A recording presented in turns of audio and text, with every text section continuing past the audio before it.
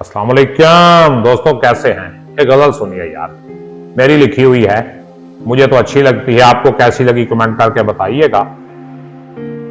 बगैर वक्त ज़ाया किए, बगैर किसी तमहीद के अर्ज करता हूं, हुस्न ज़ेरे नकाब देखा है, हुस्न ज़ेरे नकाब देखा है, मैंने तेरा शबाब देखा है।